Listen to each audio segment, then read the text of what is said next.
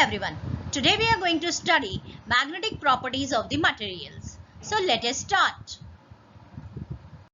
First of all, see what is magnetism. We know the electrons in atom are in motion. So this motion of electron gives rise to the phenomena called magnetism. Or we can say magnetism is a phenomena by which a material exerts either attractive or repulsive force on another. The basic source of magnetic force is moment of electrically charged particle. Thus, magnetic behavior of a material can be traced to the structure of atom. Electrons in atoms have a planetary motion in that they go around the nucleus. This orbital motion and its own spin cause separate magnetic moment which contributes to the magnetic behavior of the material. Thus, every material can respond to the magnetic field. Or in short, we can say that the spin and the orbital moment impart magnetic moment on each electron, forcing them to behave as a tiny magnets. So for this, to understand magnetism, we need to learn what is magnetic moment. Just now we have seen what it requires and the spin and the rotation, and this rotational force experienced by a magnet when it is placed in a magnetic field perpendicular to its magnetic axis is defined as the magnetic moment of a magnet. You can observe here a magnet is there and it will rotate. Okay, it will experience a rotational force and due to which magnetic moment will be produced. Now what is magnetic dipole that we are going to see? Magnetic dipoles are found to exist in magnetic material as it is electric dipole, which is very much analogous to electrical dipoles. A magnetic dipole is a small magnet composed of north and south pole instead of positive and negative charges. We all know there are positive charges and negative charges for electric dipoles. Similarly, in magnetic dipoles, north pole and south pole exist. Okay, within a magnetic field, the force of field exerts a torque that tends to orient the dipole with the field.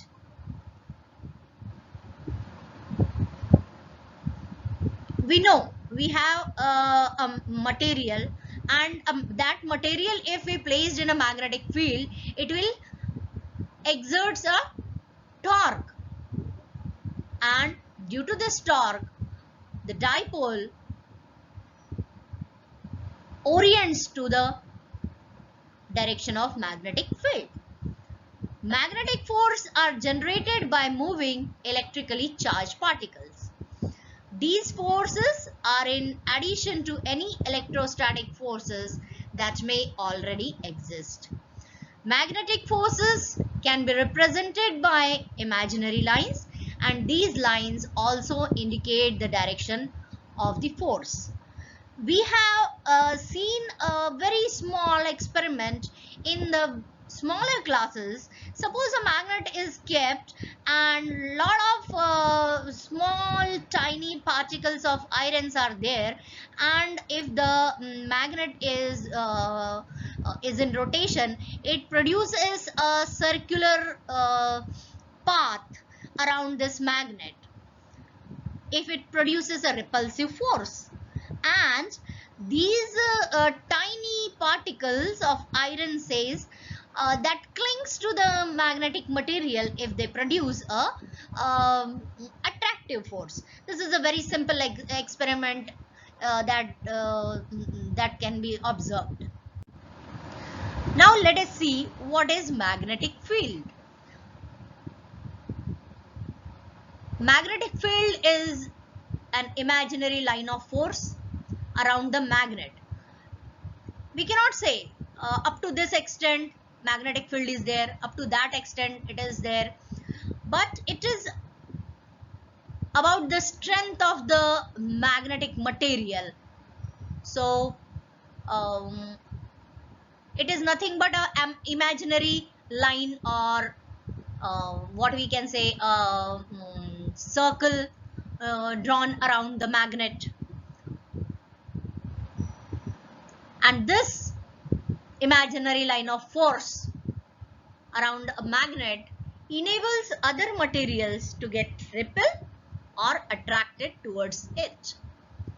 The magnetic field lines are formed due to various reasons like orbital moment of electron, current flowing in a conductor, etc.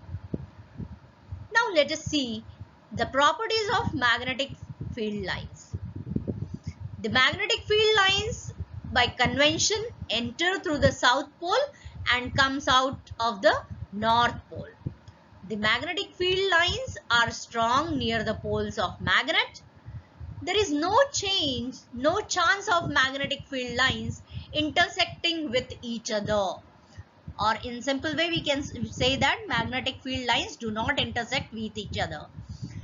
More the closeness of the magnetic field lines, more is the strength of the magnet. So these are few properties. If suppose we have a magnet, we can say that magnetic field lines are more stronger near the poles rather than the two ends, that is the north pole and the south pole, and these magnetic field lines do not intersect each other. And if the number of magnetic field lines are more and more, then we can say the strength of the magnetic field is high.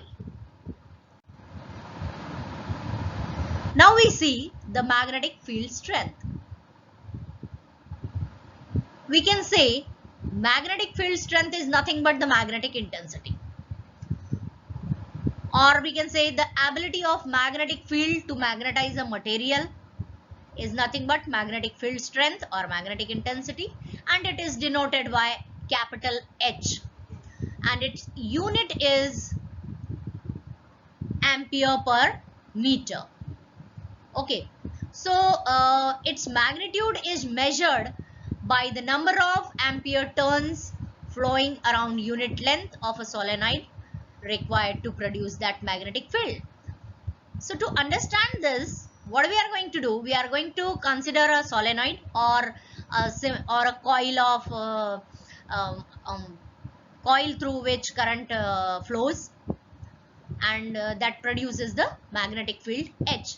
So we can say capital H is equal to N into I upon L, where N is nothing but the number of turns of the coil in a solenoid. Then L is the length of the cylinder. Here we can observe this is nothing but a cylinder or a solenoid on which the number of turns of coil are given, and I is the current flowing through it. Okay, L is the length of this cylinder.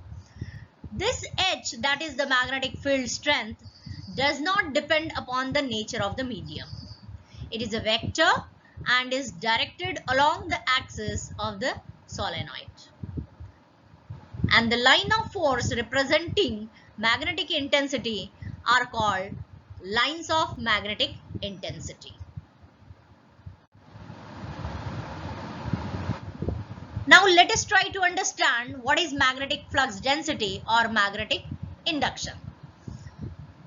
When a magnetic material is magnetized by placing it in a magnetic field, the resultant field inside the material is the sum of the field due to the magnetization of the material and the original magnetizing field.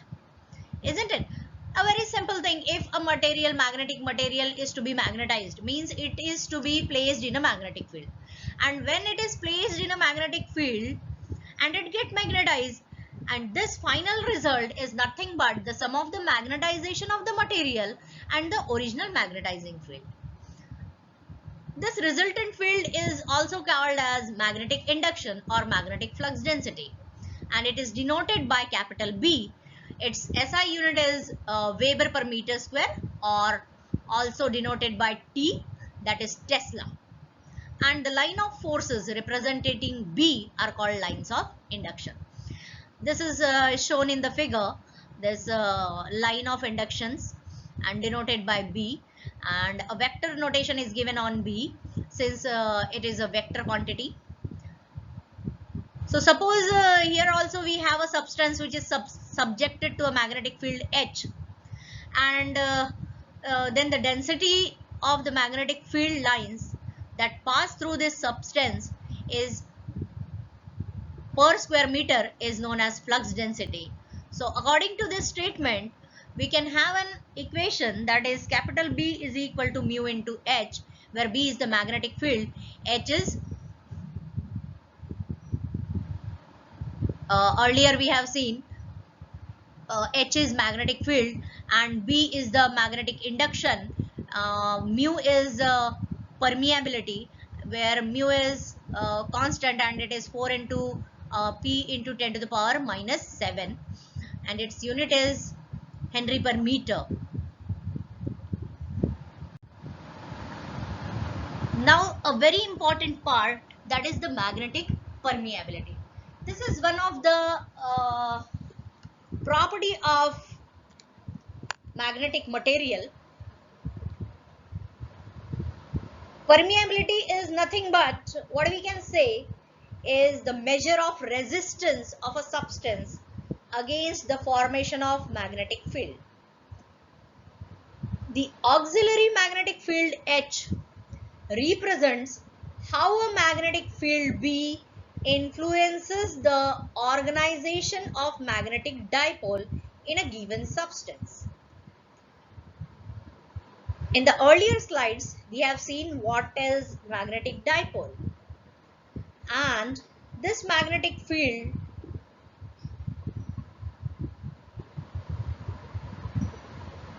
influence the organization of magnetic dipole, means how they are organized in the material, how the magnetic dipoles are organized in the material.